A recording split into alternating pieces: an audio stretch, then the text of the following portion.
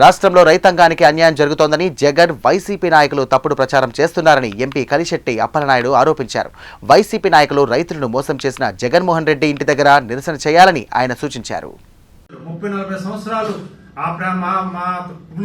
మా రాయలసీమ అనుకున్న ప్రజానీకమే ఆయన జ్ఞానోదయం కలగాలని తెలుగుదేశం పార్టీకి అన్ని కూడా మద్దతు తెలిపిన ఓటు ద్వారా తెలియజేసుకున్నారు.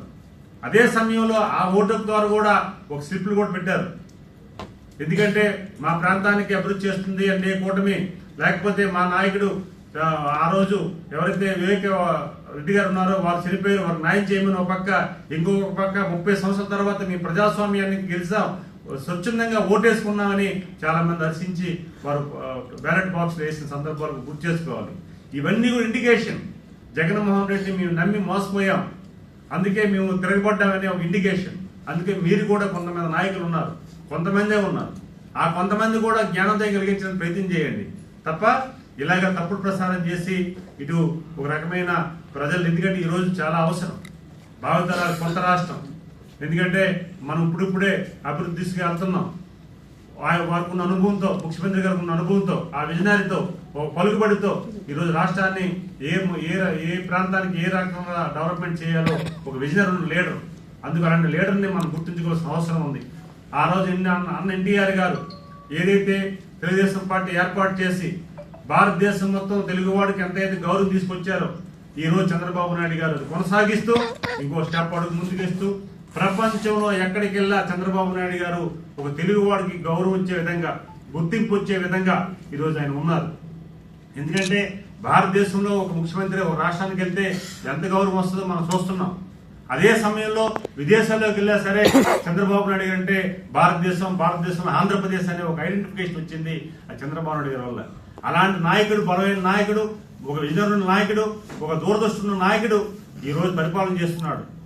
ఏదో ఒక ఎమోషనల్ గా వచ్చో, లేకపోతే ఒక పార్టీని పెట్టి రకరకాలుగా ఆలోచనలు వచ్చి, లేకపోతే మోసం చేసి ఏదో ప్రజల్ని ఇబ్బంది పెట్టించి ఆ రకంగా వచ్చి ప్రజల్ని మెప్పుంది ఏదో చేయడానికి ఒకసారి వచ్చిన నాయకుడు కాదు.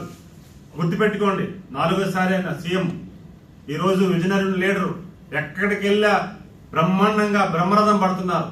మేధావులు, ప్రజాస్వామ్యవాదులు ప్రతి ఒక్కరు కూడా ఆయన గౌరవిస్తున్నారు.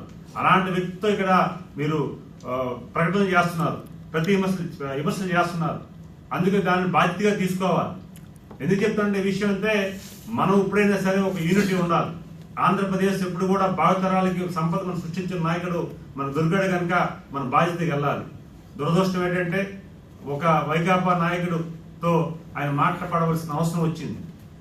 అంటే ఈ విషయం ఎందుకు చెప్తుందంటే, ప్రజాస్వామ్యవాదం ఎవరు మాట్లాడినా పర్వాలేదు, ప్రజలు జవాబుదారీగా ఉన్నాం కనుక ప్రజలు ఎవరైనా చెప్తే పర్లేదు, కానీ కేవలం ప్రతి విషయాన్ని కూడా రాజకీయం చేయాలండి.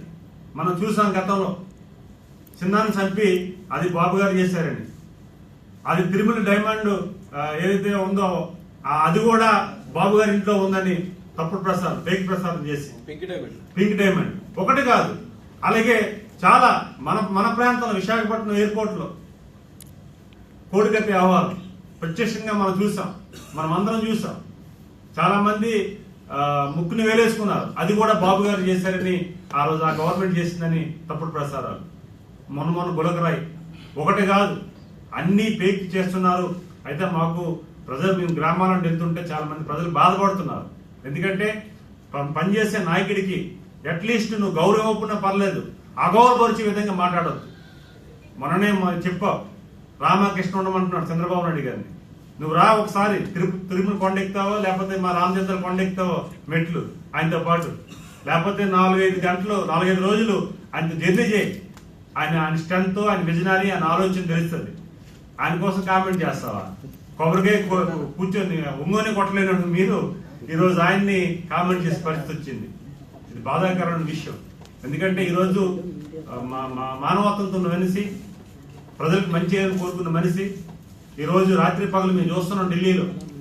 ఈ రోజు అంత అనుభవం వ్యక్తి, అంత సీనియర్ ఉన్న వ్యక్తి ఒక జూనియర్ కేంద్ర మంత్రి దగ్గరకో లేకపోతే ఇంకో